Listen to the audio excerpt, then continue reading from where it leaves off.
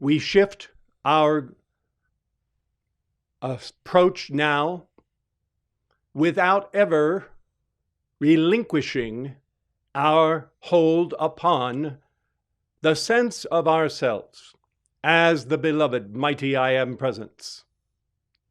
We are that God individualized presence in the heart of the great God flame, the heart of the electronic body, the causal and the Christ presence vehicles. Likewise, we are awake, presently utilizing the four lower bodies of memory, of mind, of feeling, and of the physical form. All of you are charged now to safeguard your own consciousness as the Ascended Masters and your Ascended Master sponsors on behalf of the truth of your identity in your own beloved mighty I Am presence. Seek to empower you with the knowledge of cosmic law that will set you free. It will be that truth of cosmic law that if you are courageous enough, steadfast enough, loving enough, identifying sufficiently with your own mighty I Am presence,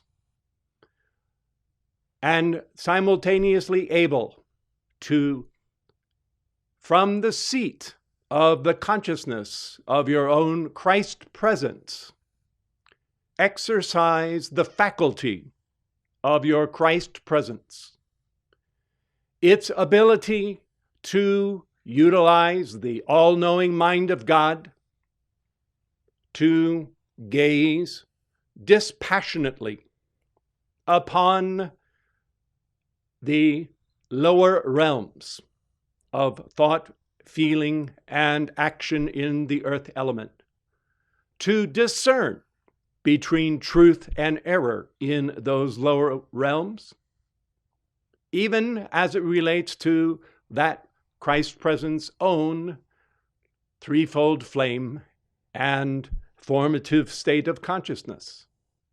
All the while,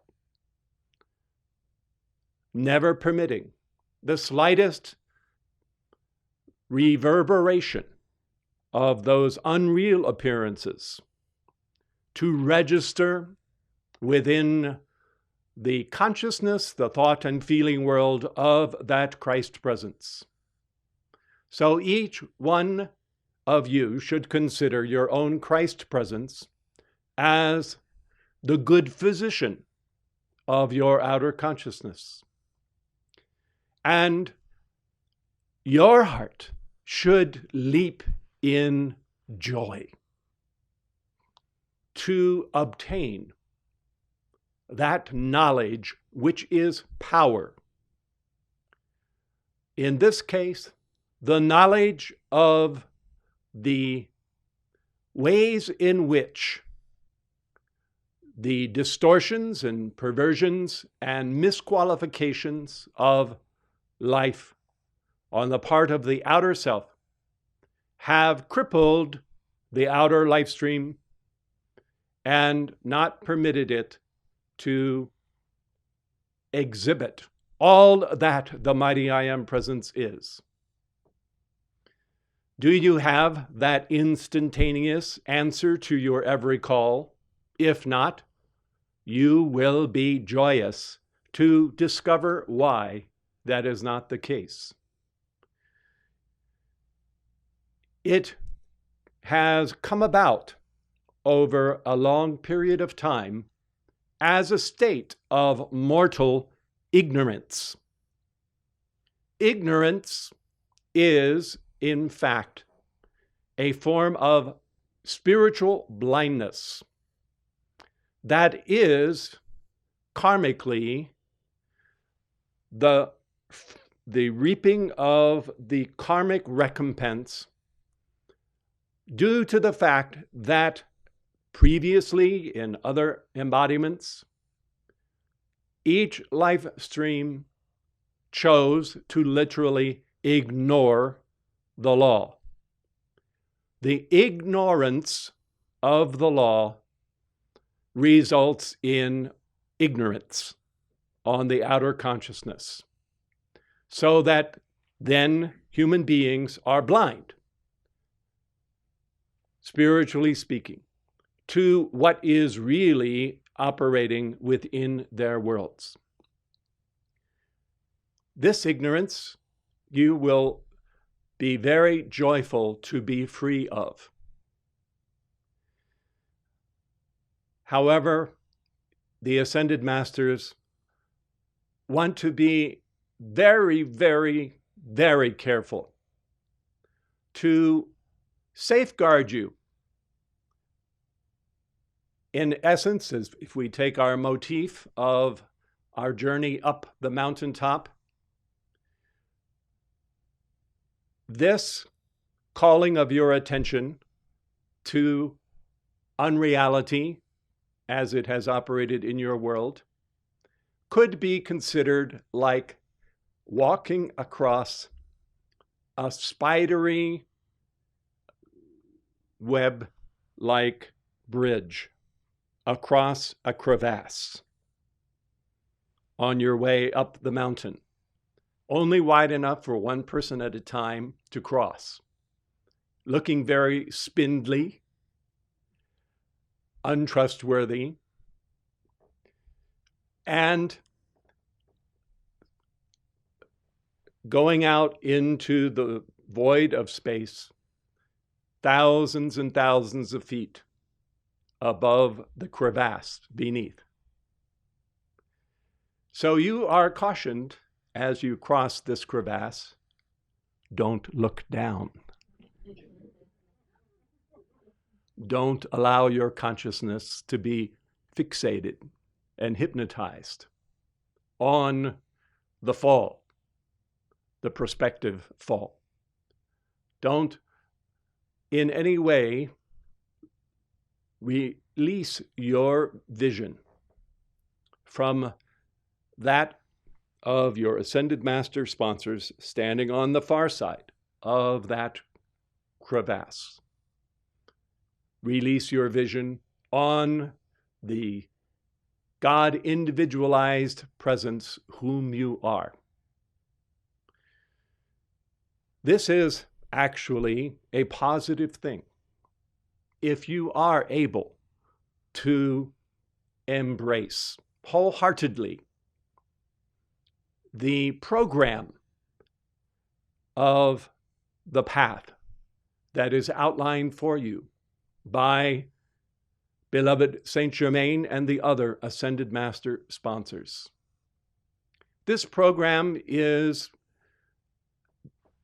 summed up in the term of the Golden Precepts of the Ascended Master way of life. These are descriptions of how both the Ascended Masters and their unascended disciples and accepted sons and daughters conduct themselves prior to their ascension.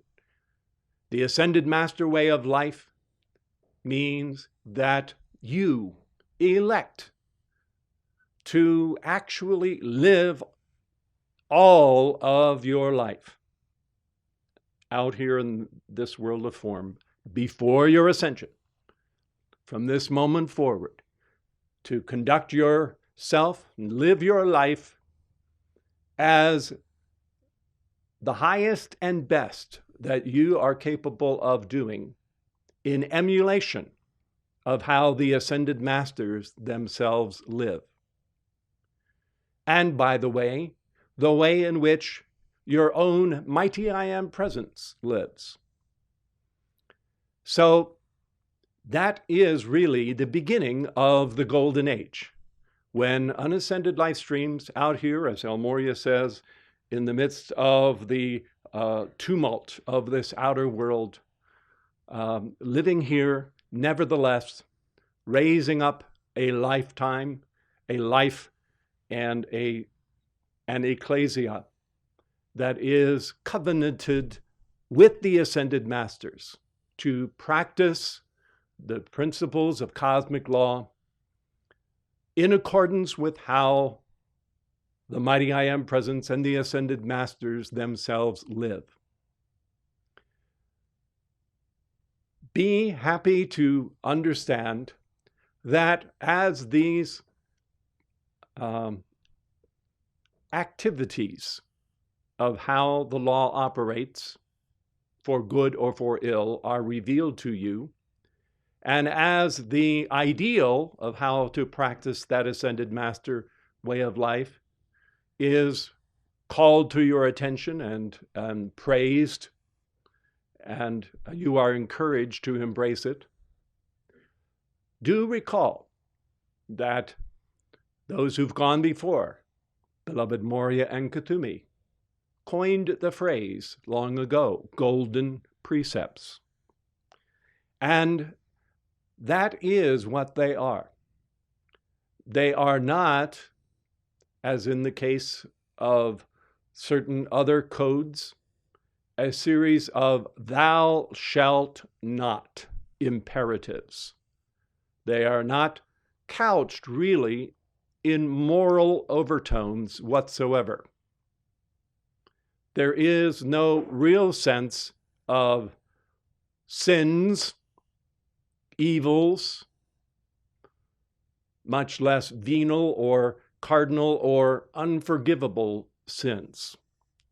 These are scientific, impersonal ways in which cosmic law as life and light operate.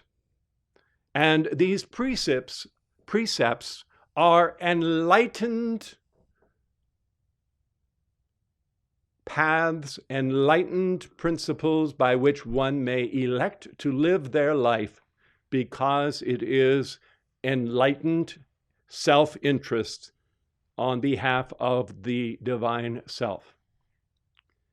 The degree to which you embrace any of these precepts and the degree to which you are successful at following these precepts is entirely between you and your mighty I Am Presence and your ascended master sponsors, those who are helping you on the path. No, it is no one else's concern. Nor will anyone, including the anointed representatives, impose any of these upon you. They are set forth as truths in contrast to ignorance, as truths that really, as you come to see them for what they are truly liberating. Because not knowing these principles were operating didn't prevent them from operating. And now that you have them called to your attention and the veil of secrecy drawn aside, you can, first of all, realize what the ideal conduct is, and more strive to achieve that conduct. So, steel your own consciousness, safeguard yourself, brace yourself, so that you do not, in any unguarded moment, at any time, become like the disciples were at the Last Supper. You might recall Jesus said, "One of you will betray me," but all 12 had the doubt and fear rise up within themselves. Is it me? Is it me? Is it me? Are you talking about me? Don't allow the voices of your outer self to torture you like that. There's absolutely no need for it whatsoever. Furthermore, don't despair or have any gnashing of teeth that certain things are not yet at the ideal that you yourself would have for your own life stream. The Ascended Master's path should be a steady degree of acceleration. It should not be a series of peaks and valleys, agonies and ecstasies, contrasting with one another. So there is no need for anyone to enter into self-condemnation about anything whatsoever. And this instruction, these safeguards, could go on by the day. So often have they been repeated. From the vantage point of your mighty I Am presence, in its realm of perfection, none of these misdeeds or weaknesses have ever happened. They have never crossed across the consciousness of the I Am presence. All that the presence knows of you as the expression of itself is the perfection that it has envisioned. And even at the level of the Christ presence, that perfection is held supreme, even while there may be a diagnosis of a temporary malady, a temporary condition, somewhere within the four lower bodies. So the time will come when whatever might have been done in whatever way, whatever weaknesses or flaws in character there might be, the time will come when those things will never exist in the mind of God. It will be as if they had never been in the first place, for only the truth and the reality of who and what you are will remain. The harm is in the delay, the almost interminable delay that some of these frailties impose upon the heart flame, and delay and delay and delay and postpone in an almost never-ending cycle of re-embodiment.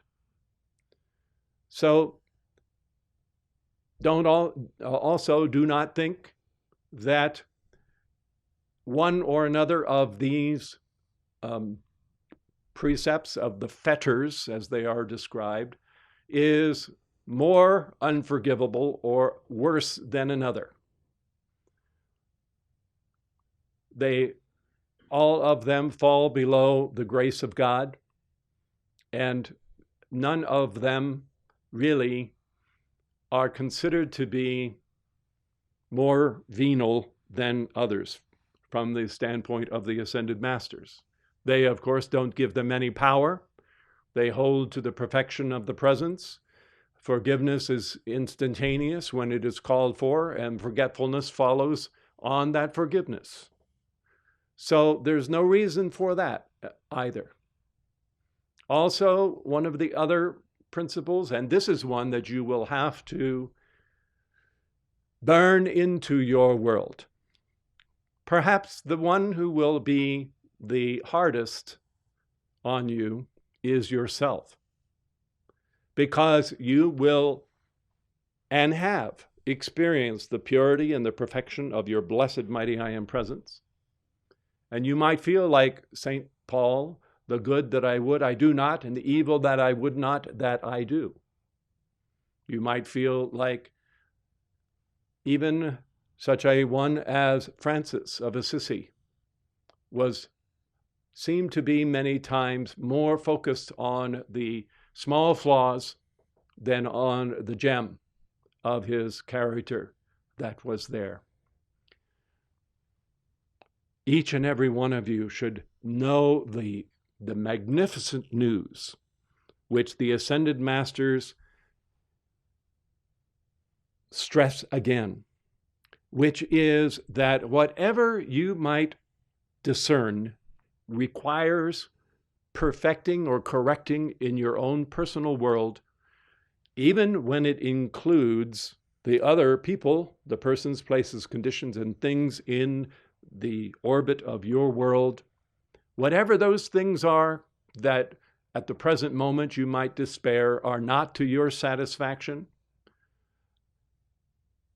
Your hope and your joy is in the ability to invoke the light of your mighty I Am presence directly into those conditions that are less than perfection. To say to those conditions, we're talking about conditions now, not people, but say to those conditions, you have no power. Call for the light to go forth, and to know that in the fullness of time, the light is going to adjust outer conditions in accordance with the decree that you have uttered. And this will happen from within out in ways where you will not mortally have to necessarily force the issue yourself. But God, the light, the angels, the ascended masters will take dominion and command over those situations, and your life will be reordered according to the ascended master way of life, in ways that you will not have to make fresh new karma by creating greater upset than necessary in someone else's world. That is easy for you to hear. Hopefully it will not be deceptively too easy, or that you will pass by that principle of instruction, because it is really most powerful, the power of that call to the light to adjust outer conditions in order that you might be free to render your service to life. Also in this regard, you won't forget your bosom friend, the violet flame,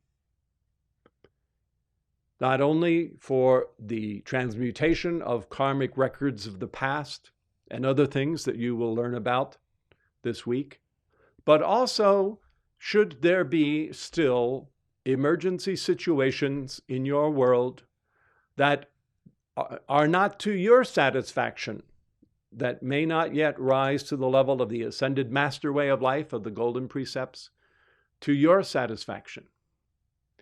This too has been thought of and dealt with by the ascended masters. It's one of the dispensations of the violet flame that comes forth between Thanksgiving and Christmas and New Year's every single year, where especially that karma that individuals make unavoidably or inextricably living in this outer world, there is a grace of the violet flame that can deal with those conditions. So, all in all, what you really should always stay centered on is the fact that you are awake to the truth of your mighty I Am presence. You are awake to what it means to be an ascended master, and the process of traversing from where you are today to those final initiations. And also there is within your heart flame a little somersaulting going on, gymnastics. You have your own little circus going on in there of happiness, because you have found Saint Germain, as well as your mighty I Am presence, Master Moria, the Maha Chohan, these ascended master sponsors. And you are so ready to clasp hand in hand with them and say, let us together complete the process of all of my many incarnations. let us roll up our sleeves and be about the work of gaining the victory of the ascension. I myself am steeled and prepared to engage in that initiatory process of that steep path of Christhood. That truly is a covenant between you and your mighty I Am Presence, and you and your ascended master sponsors. And you may know with an absolute certitude that both the presence and the masters will take that free will election at face value, and they will behind the scenes move mountains of adversity and orchestrate the events of the rest of your embodiment to, wherever possible, culminate in the achievement of that goal. Of course, you can't cooperate with them if you are still in some degree of ignorance about what are so many of those mechanisms that are at work in the world that seem to be desirable, but yet are not. One additional vision, which it would be wonderful for all of you to have, and God willing, you have had such interludes in the presence of the Ascended Masters already. Those times when they have expanded the electronic circle of their presence, they've lowered their ascended presence into the force field of where your four lower bodies are, and by their light, they have held in suspended animation or held in abeyance. They have stopped the reverberation of your untransmuted karma, of whatever might be the turmoils in your thought and feeling world, and overshadowed you with enough of that light so that you have had a breather from the pressure of your own mortal consciousness. And in that, you have been able to look beyond into the realm of your blessed mighty I Am presence. As well with that, hopefully all of you are able to draw upon the experiences of your own life prior to the return of your karma on your four lower bodies. When you're born, there is a grace period when your God presence and the masters hold that karma in abeyance. For some, it's only till age 10 or 12. For others, it's well into the teens, the later teens, before that karma begins to return. What we're talking about now is the pure childlike consciousness that you re-embodied with when you first descended into this incarnation. Prior to coming into incarnation, there was the overshadowing of the Christ presence. Your negative karma was held in abeyance as you were in that those higher subplanes of the mental world, where only the good that you had initiated in your prior lifetime was allowed to express. So everything was ideal, everything was wholesome, everything was pure and beautiful and magnificent. And you came into embodiment trailing those clouds of glory. You had, as a child, a certain natural overshadowing of your Christ presence.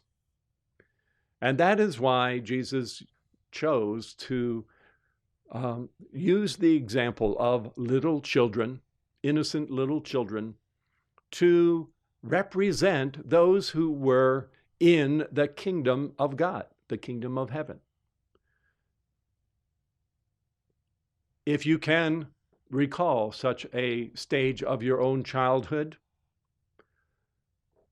consider that during that childhood, you did not yet have a whole series of pent-up desires and appetites. You didn't know that you might be missing anything.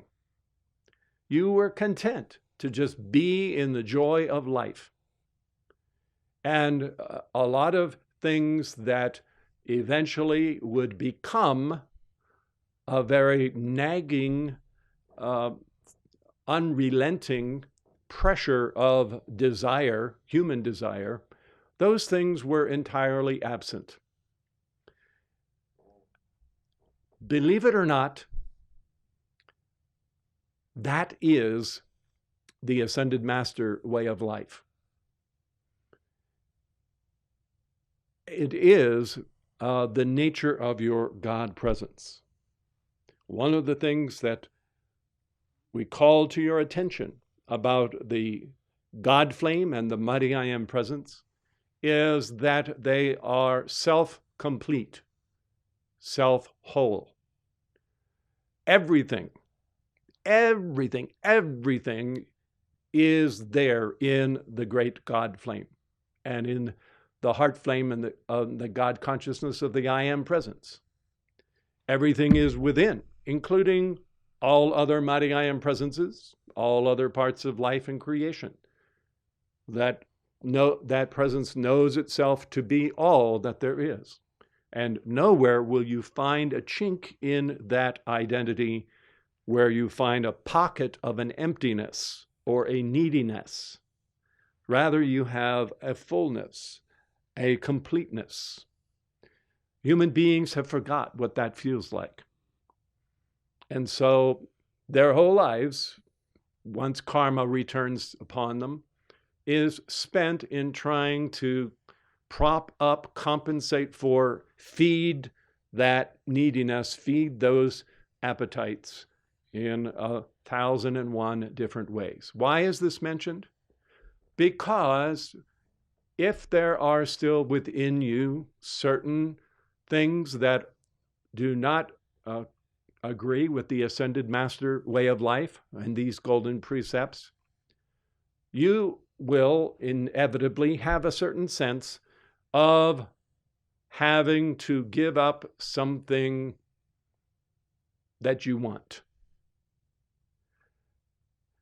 I think the example of what we know about diet today is a good example, because one thing after another turns out to be bad for you. Everything that is appealing, that is satisfying, it seems there's always a reason why it turns out to be unhealthy. And so it is with a lot of things that are the momentums that are carried over from previous lifetimes that seem to be intrinsic to the life stream. They really are not. And I caution anyone from rationalizing this by saying, well, this is the way I was born. And because I didn't have anything to do about the way that I feel, because it's how I was when I was born, therefore that legitimizes it, makes it some law of nature, something that has a stamp of correctness and rightness and legitimacy about it. People are born with lots of momentums that are the reaping of karmic sowings of past lifetimes. There's a statement the Master makes about this having to do with karma, where he says that the unbridled appetites and desires of previous lives become the compulsions, the inevitable compulsions of the present life. If your goal is to be a human being, you are in the wrong place here at the Temple of the Presence. You can learn to be a human being everywhere else, but that is not what we are here for. You are not really a human being after all. You are the firstborn of your mighty I Am presence. You are that mighty I Am presence in action. Here you will learn how to behave and carry yourself as that individualization of your presence. You will learn to distinguish between what comes from your mighty I Am presence through the pink, blue, and gold plumes of your threefold flame, and the clamoring voices of the four lower bodies, and of course, most especially, of the memory body.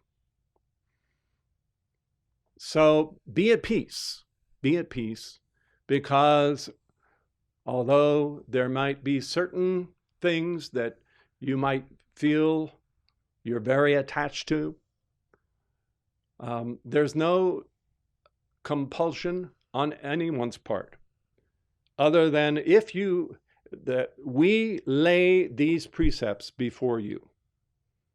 And it is going to have to be your free will that embraces all or some of those precepts, or embraces them all to certain degrees. Though the path is very simple in this regard. It is a steep path. As you are able to commune with your mighty I Am presence, eat the body and drink the blood of your mighty I Am presence, as you have that state of pristine purity and perfection in your experience life, and it is burned into your consciousness what that feels like, let that be your litmus test. Let that be the standard by which you gauge other things in this world. And if you want your presence more than you want everything else, if you want to have that perfection and that consciousness that you feel, that vibration you feel in your presence, you will learn, either through enlightenment or through trial and error, what takes you away from that presence and what allows you to remain in the state of that presence. And if you don't run away and give up on the path, to each one at their own pace, they will decide that their presence is more important to them than this or that other thing. And if it comes down to having one or the other, they will choose their presence. And in that regard, you can simply turn all of these things over to your mighty I Am presence, treat them all with the violet flame, and something really miraculous will happen. Those things that seem to be insatiable cravings of whatever sort that might be will start to melt away. They will dissolve by the action of the violet flame gently as time goes on. And there won't have to be necessarily any kind of purging that is so strenuous that it is almost inevitable that there will be, if it's forced by willpower of the outer self that decides I'm not going to do this no matter what, that will eventually just, you won't be able to sustain that human forcing of the issue. But if you will turn these things over to your presence, and you will allow the violet flame to go through them, and turn them over means that there has to be an emotional and a mental and a spiritual surrender to your God presence. Those things will fall away of their own density into the violet flame.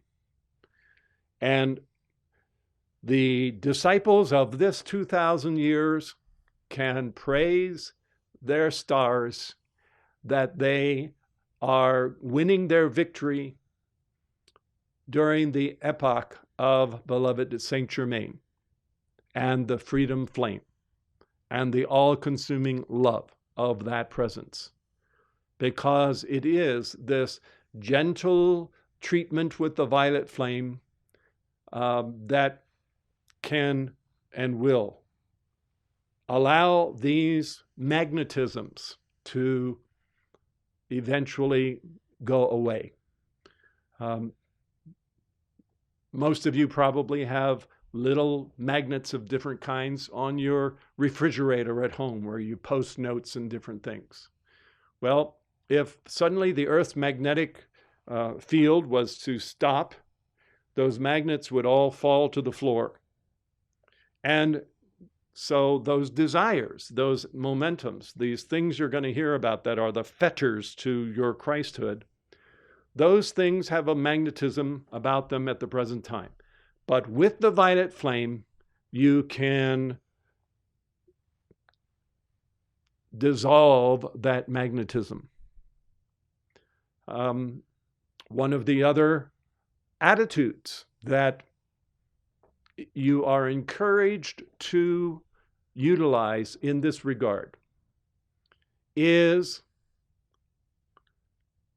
a profound indifference toward these things, whether they be in yourself or anyone else. That profound indifference is what your Christ presence has. Your Christ presence is not aghast. It doesn't hold its nose when it has to look at human conditions. It's not repugnant in that sense. Unfortunately, that very repugnance is itself a form of feeding in power into the very thing one does not want. So there's no need to do any of that. You are going to remain as you see yourself in the ideal relationship to your Christ presence in the portrait surrounding you, the violet flame coming up from beneath, a tube of light around you, your electronic body directly overhead, sending forth that violet flame and that white fire around you. And you are on this trek that is a trek of high adventure with your Ascended Master sponsors. And the goal is the experience of the ascension at the summit or the peak of that mountain. And you are on your way. More than anything else, you are awake and alert, and you are on your way. When you're tied to the Ascended Masters as you are, as for example, that the way in which you covenant with Saint Germain and the Brotherhood in the Torchbearer affirmation. That is like the Ark of the Covenant. It is a compact. You say you will do certain things. The Masters, in turn, are free then to do certain things on your behalf. As you choose to engage in world service, you allow them greater latitude to work on your behalf. So you are on that path. That's what's important. You are moving forward. You are your God presence. That's what's important. These things shall pass. None of them are real. None of them have any power. And you certainly should not give them any power in your own personal experience or in anyone else's experience. On the other hand, if you are oblivious to the mechanism that is at work, you won't be free to deal with that condition or to arrest the spiral. And that is this abject ignorance that has been the bane of mankind since time immemorial.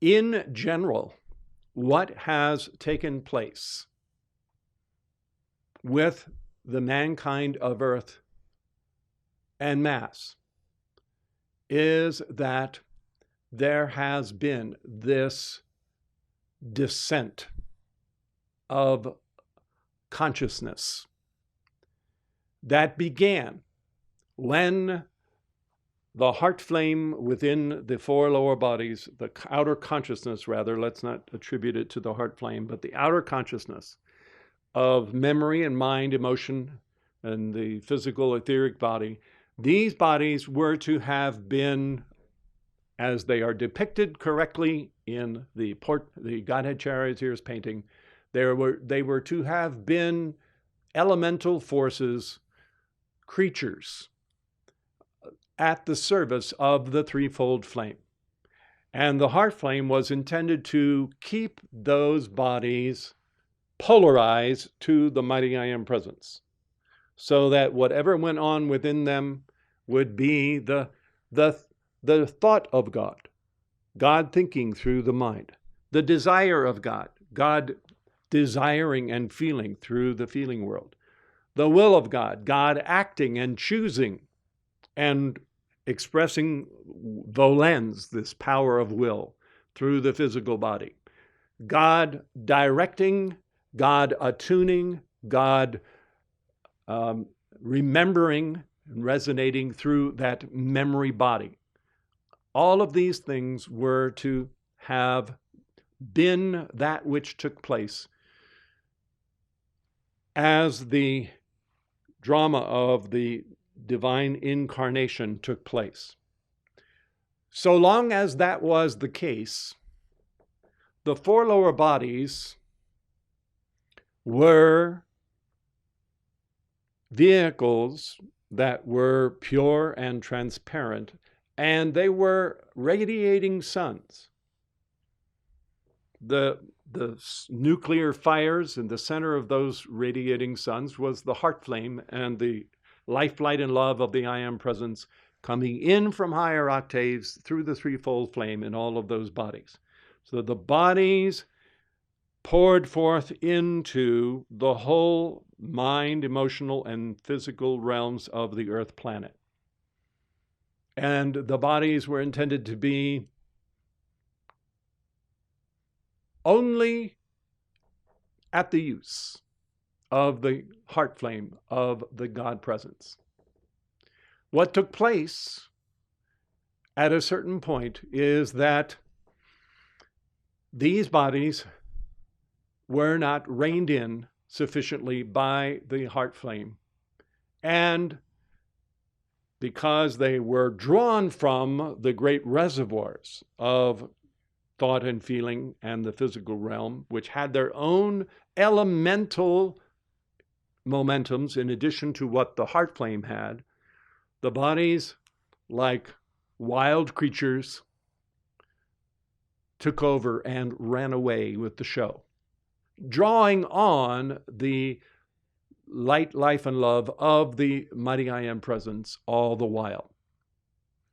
As that took place, rather than the bodies being radiating suns, they became involuted and placed their attention on themselves, on that which was the point of center of the outer self. The more that this went on, the more that there was the return of karma as discord, veiling the light of the God consciousness and creating, as Saint Germain so aptly described it in his work of the Republic as Plato, creating a cave-like enclosure within which the consciousness was obliged to operate. Together with that, there was a redirection of the focus of the various bodies, turning their back on the mighty I Am presence and directing their attention to the outer earth plane. As Hesiod, Saint Germain had a wonderful way of explaining that turning away from the presence. He told the story of how Pandora was created. And although theoretically Pandora is supposed to be a beautiful maiden, what she really represents is the nature of the feminine mother nature of the outer plane. And essentially all of this outer plane is beautiful. It is alluring. It is enrapturing. It is fascinating. And mankind became all enraptured like Narcissus, gazing into the reflecting pool of the earth plane. And if you think about this, in a sense, that is still what most of the human race is doing. Some are interested in taking toothbrushes and finding some prehistoric monster, finding the tooth of a dinosaur, spending their whole life discovering or building up what these ancient monsters looked like. Maybe it's a trilobite. Maybe it's a tsetse fly. Others are very interested in the physical side of nature. Others are interested in living animals in this world. Others are interested in the animal nature of human beings. Everybody is interested in this world, this world, this world. Everybody is interested in even the things that are wholesome about nature, that do reflect something of the Godhead, but they make of those things a God in and of themselves, to the abject neglect of any spirituality, in including their mighty I Am presence. So this redirection, instead of there being the return current of love and adoration and identification with the I Am presence, there was the redirection of this down and out instead of in and up. And the result of that, taking the life of the crystal cord of the God presence, feeding it through all of this wholesale redirection, driving it more and more into the outer earth world,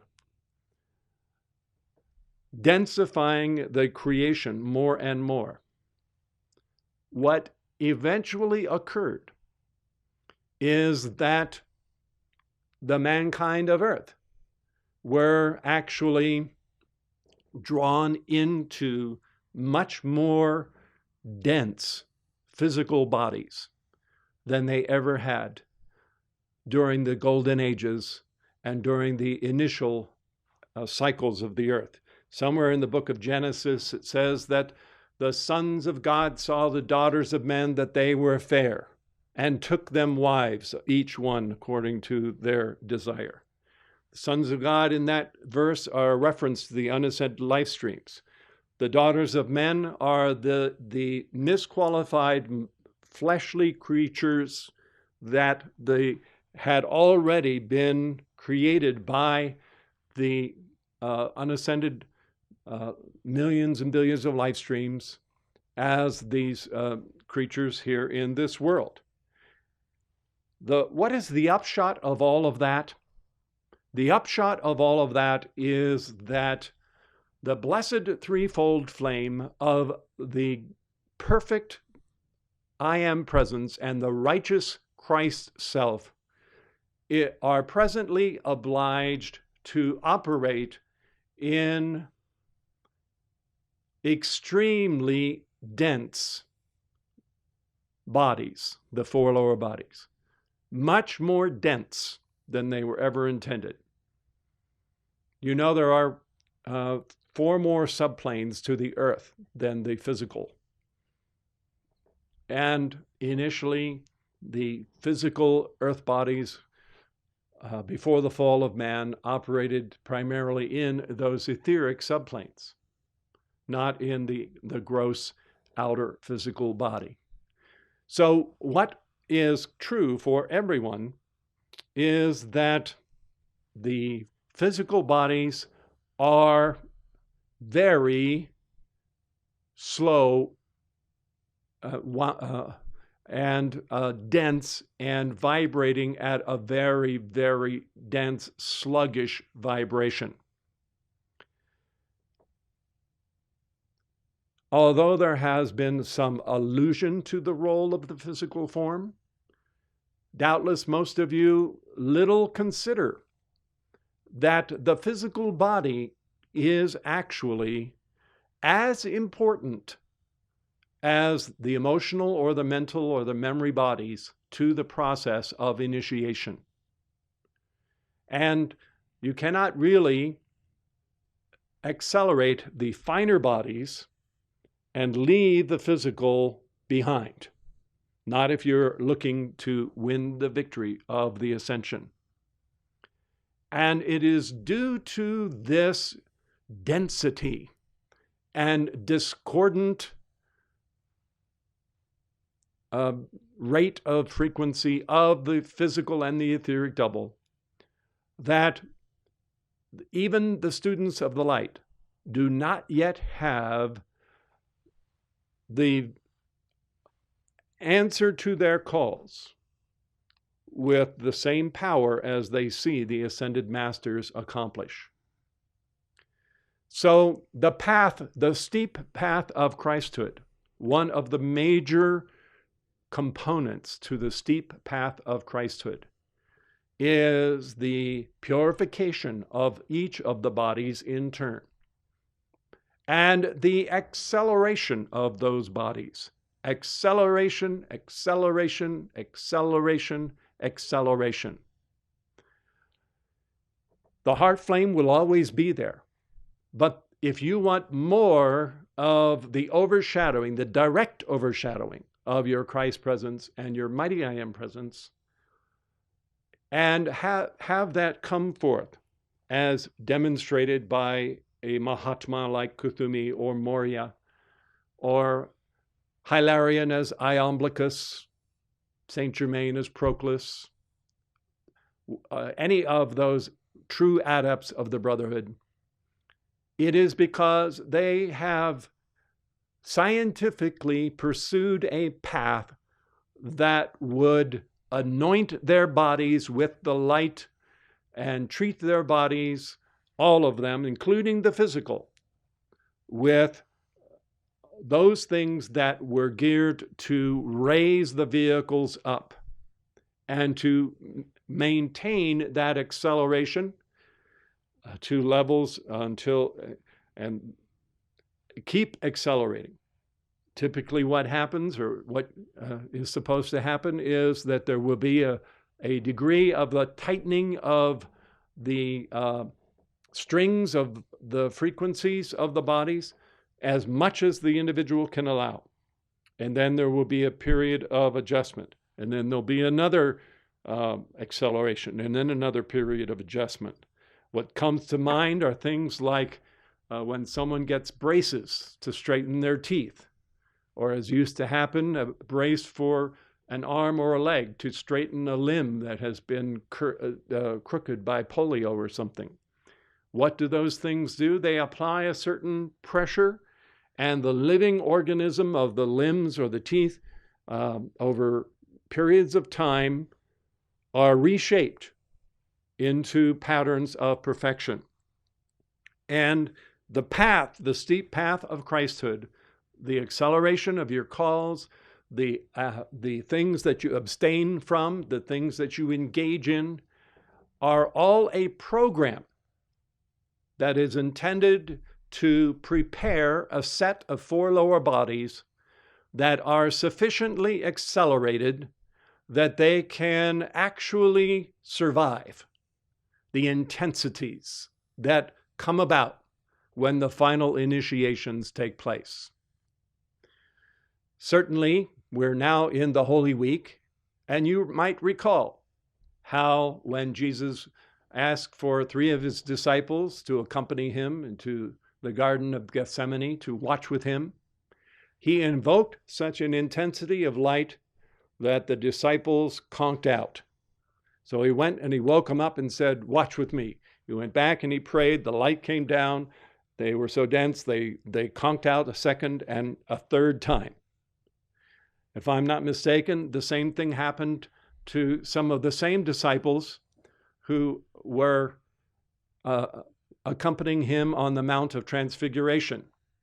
And if I'm not mistaken, sometimes when this representative walks on the platform, he puts people to sleep.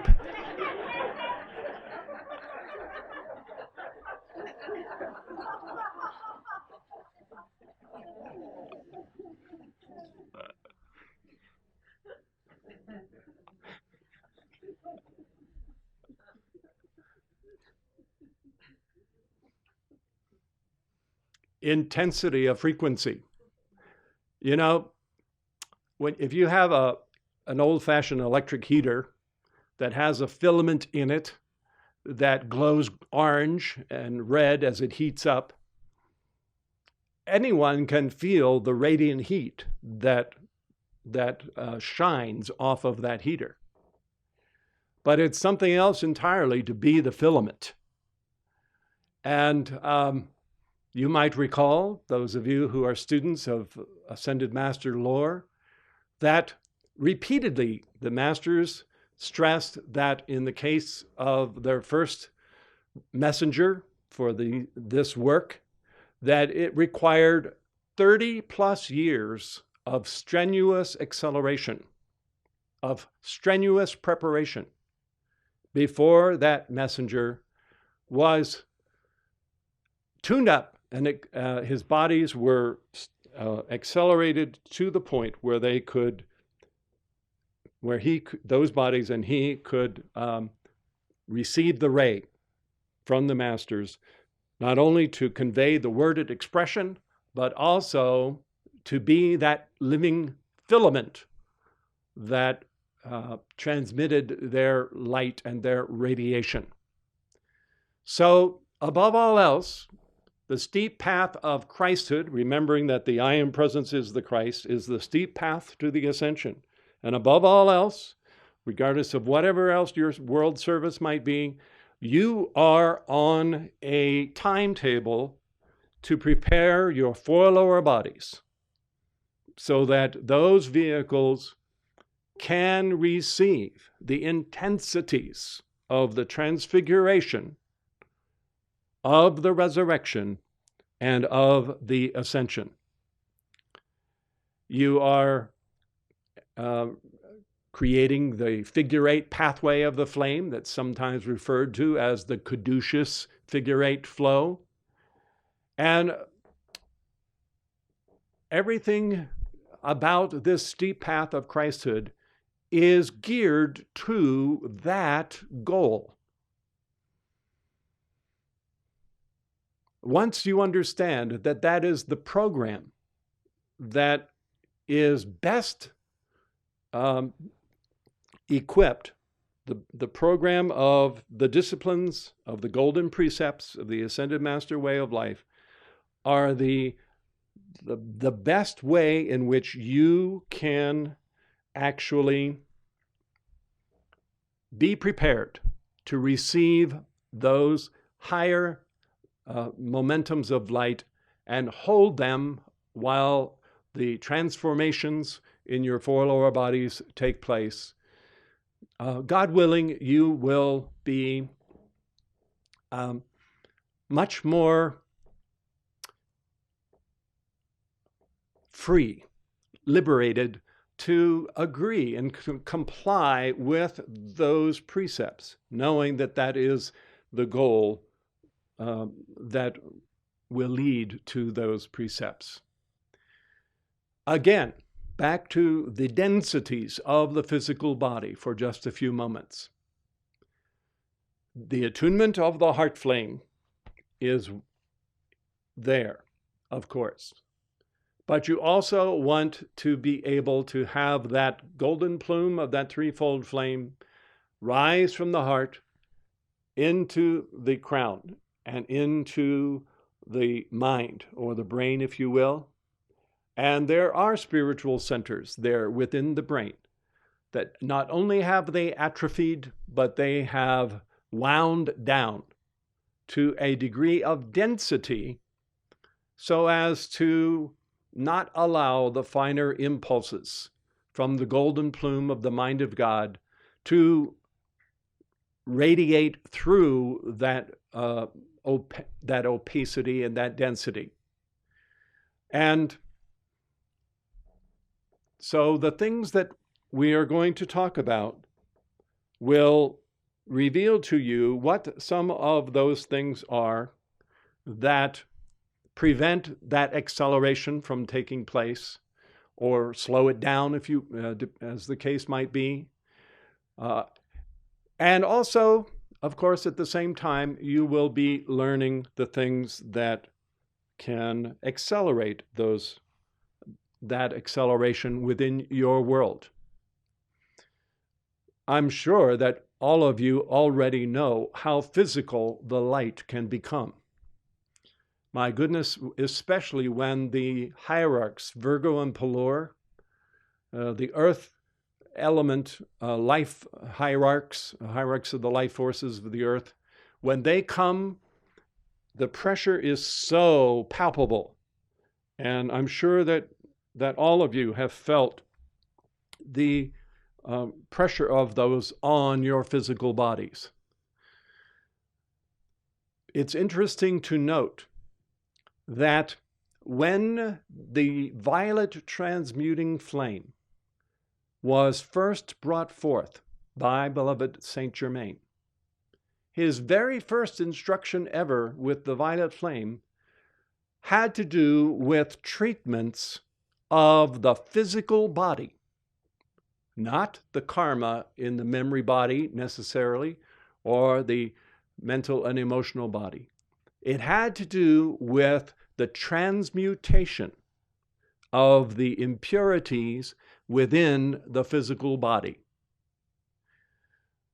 In addition to this, although you have never really considered this before, the violet flame in its service does not just balance karma, as in the case of purifying discord, but it also is intended to be one of the most scientific ways in which the bodies are, the form and structure of the bodies, including the etheric double and the physical body itself, those bodies are not dissolved, but they are allowed to remain intact.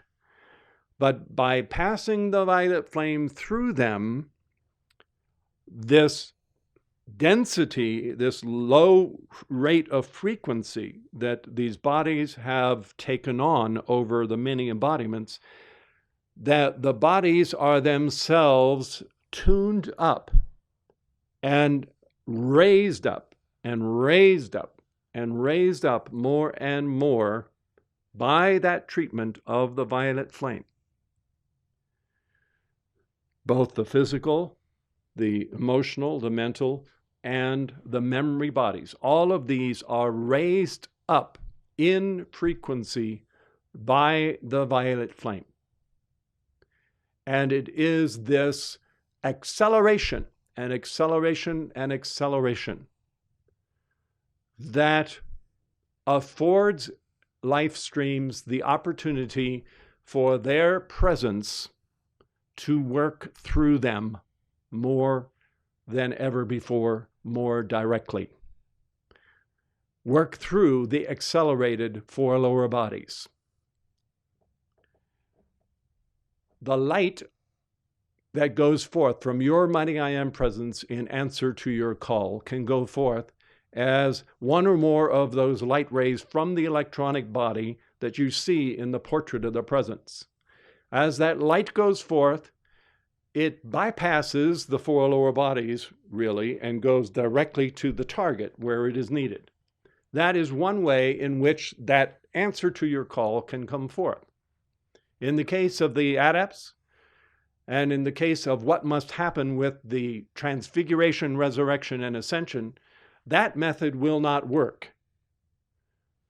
For the light of transfiguration, the light of resurrection, the light of ascension must come down the crystal cord and out through prepared vehicles that have already achieved a degree of acceleration sufficient that they can stand in the fire and be preserved while the fire accelerates them more and more and more, elevating them up more and more into the light of the God presence. Saint Germain pointed out that a statement, with God all things are possible, that Jesus made, and he said, you, as a student of the light, by attuning the instrument of your physical body as well as your finer bodies, as you attune that instrument and dial up its frequencies higher and higher and higher, you will so raise your consciousness into the essence of God that you will be one with God, and then all things will be possible to you, even as they are possible to your mighty I Am presence. So we haven't gotten to a one fetter yet.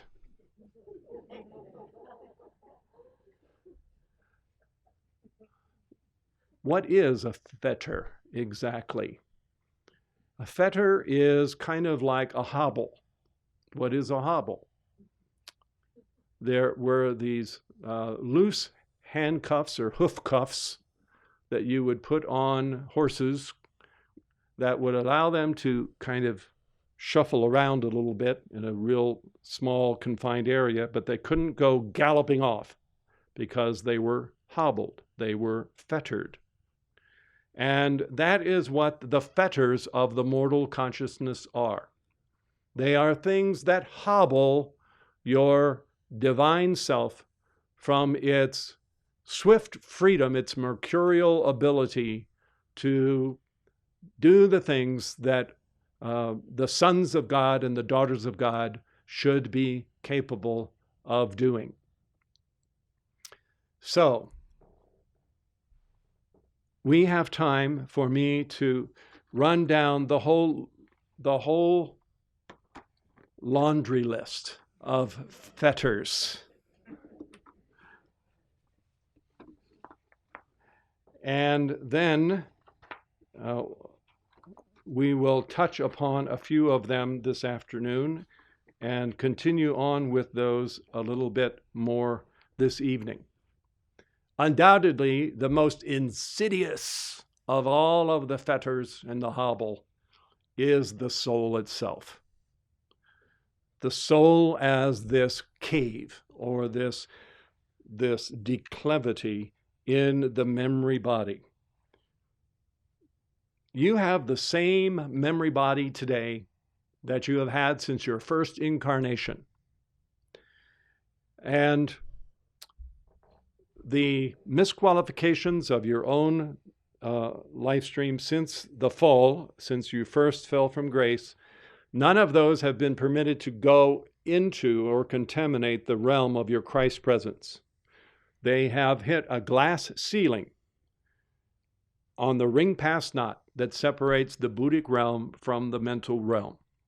So there in that memory body, that is where all of this misqualification eventually makes its home, its dubious lair, if you will. And we'll not spend much time on this particular one. The instruction on the soul is quite profound and detailed and elaborate, and you all need to understand it. So there have been countless days and weeks worth of instruction on this phenomenon of the soul. The bottom line is that it is the aggregate sum of all misqualification performed by a life stream in all of their embodiments that has yet to be transmuted. And it acts in the aggregate and forms the phenomenon of a self, a not self, a pseudo self, a soul identity. I think it was Daniel who described this as the beast that is not, but yet is.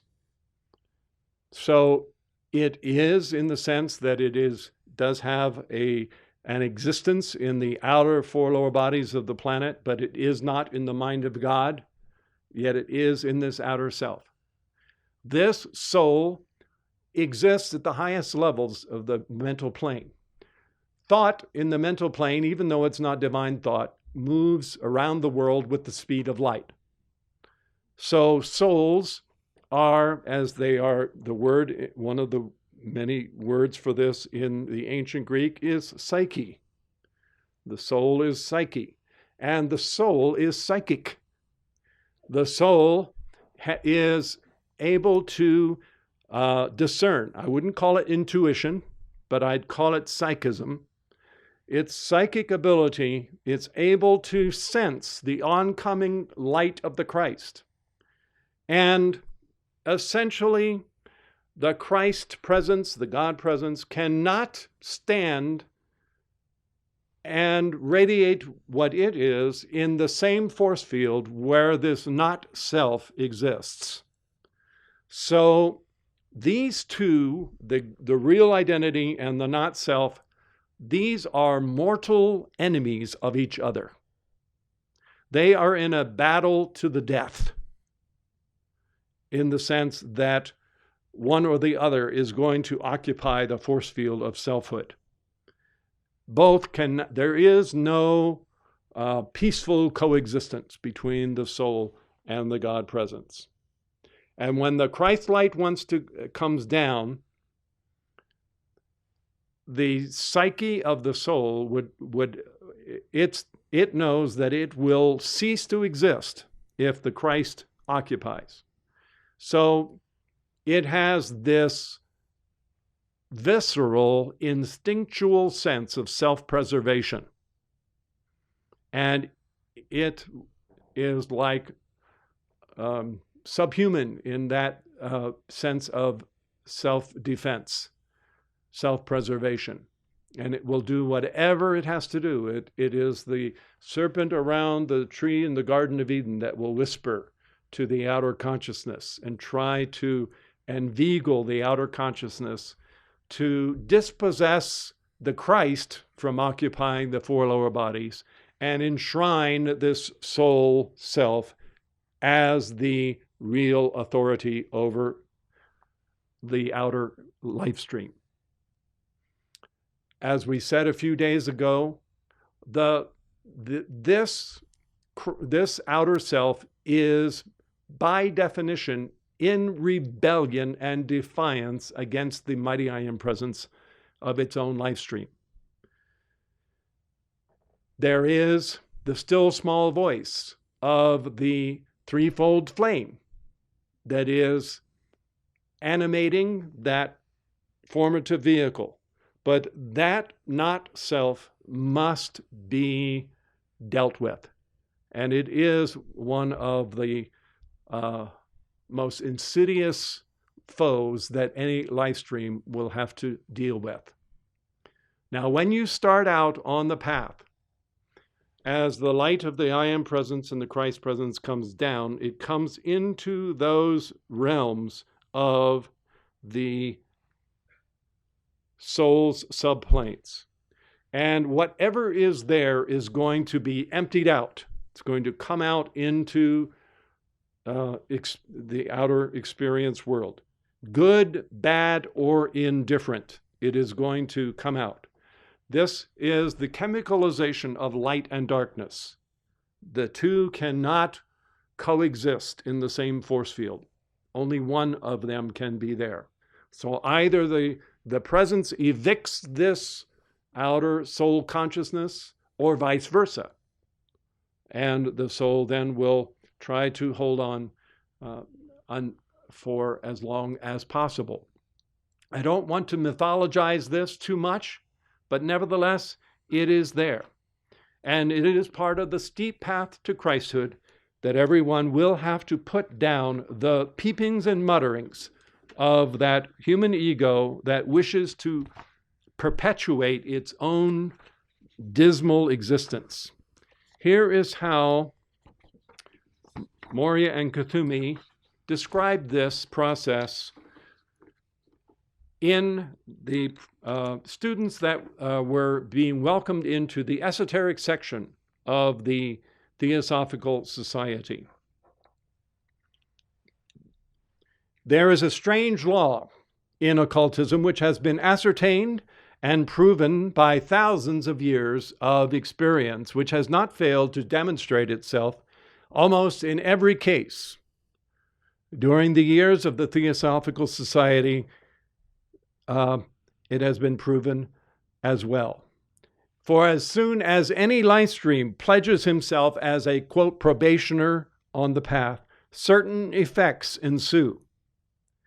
Of these, the first effect is the throwing outward of everything latent in the nature of the live stream, their faults, their habits, qualities, subdued, repressed desires, whether good, bad, or indifferent. If a man be vain or essentialist or be ambitious, by karmic heirloom, these vices are sure to rupture, to break out, even if that person has heretofore successfully concealed them and repressed them, and I might add here, even from himself, where a person might have repressed them from confronting them in themselves. These will come to the fore irrepressibly, and that probationer will have to fight 100 times harder than ever before until he dispatches all such tendencies within himself. On the other hand, if the life stream be generous, abstemious, and has any virtue which hitherto has been latent and concealed, that too will work its way as irrepressibly as the rest. Thus, a civilized man who hates to be considered a saint and assumes a mask of humility will not be able to conceal his true nature, whether base or noble. This is an immutable law in the domain of initiation. Its action is the more marked, the more earnest and sincere be the desire of the candidate, and more deeply the candidate has felt the reality and the importance of their pledge to the path. So everything is going to come out. And as long as the ideal is, by the way, to use a sufficient momentum of the violet flame every single day, that those momentums go directly into the violet flame with ever having to rupture out into thoughts or deeds. But in order for the violet flame to address them, they do have to be surrendered. This law of octaves is uncanny, the degree to which it operates. And if there are things within yourself that you secretly want to hold on to that are not of the nature of your mighty I am presence, that's all it takes for the violet flame to pass by those conditions. They do have to be dealt with through surrender for those conditions to go into the violet flame. But in general, this is something that should happen when your Christ presence comes down. and there is this presence of the light, it will, in a very spiritual, chemical way, it will draw those poisons out of the memory body. And they will hopefully go directly into the violet flame. But if you find that some things are persistent, at least you know that they were there all along, and you can be more direct with your decrees to address those conditions. The calls in the first part of your decree book are scientifically designed for you to stand at one with your mighty I Am presence and to stand, face, and conquer this dubious dweller on the threshold that is the soul consciousness, and see that it no longer is there as this cave of ignorance and that enclosure of consciousness that prevents your beloved, the light of your presence, from shining through your world. I am going to spare you the anxiety and anticipation of right now going through the tale of woe, of the litany of the various maladies of mortal consciousness, the so-called fetters, until this evening or tomorrow morning, when we will address them one by one. They are part of those steps that have to be traversed, part of this probationary path.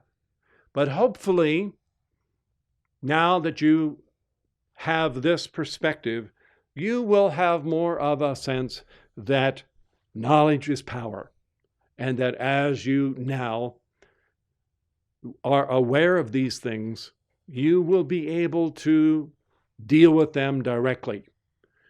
The one we just talked about, this memory of this identity of the soul, Lord Gautama has those famous lines in the Dhammapada where he recognized this not self for what it is.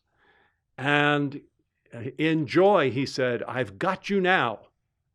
You who were the ridgepole of the outer tabernacle, you that were the thing that held up the whole superstructure. I know who you are, I know what you are and where you are, and you no longer hold that power over me. And you are dismantled, as it were. So, beloved mighty I Am presence, beloved great Manus of the root races, beloved Kuan Yin, Zadkiel, Saint Germain, Moria and Kuthumi, Lord Mahachohan, bathe the consciousness of these blessed torchbearers of the temple and light-bearers of the world with the all-consuming love of the violet transmuting flame, the pink flame, violet flame, mercy flame, with the electric purple-blue flame, with the concentrated action of the ruby ray. Let all of these variations on the love and the transmutation of the presence anoint the consciousness and the four lower bodies of these life streams, free them from every burden and weight, and part the veil so that their hearts and their consciousness might reunite with their own beloved mighty I Am presence, showing them of that glorious culminating victory of the transfiguration, resurrection, and ascension as the fruit of their steep path, which they joyfully, courageously, steadfastly embrace with their own beloved mighty I Am presence, We thank you and we accept it done. Amen.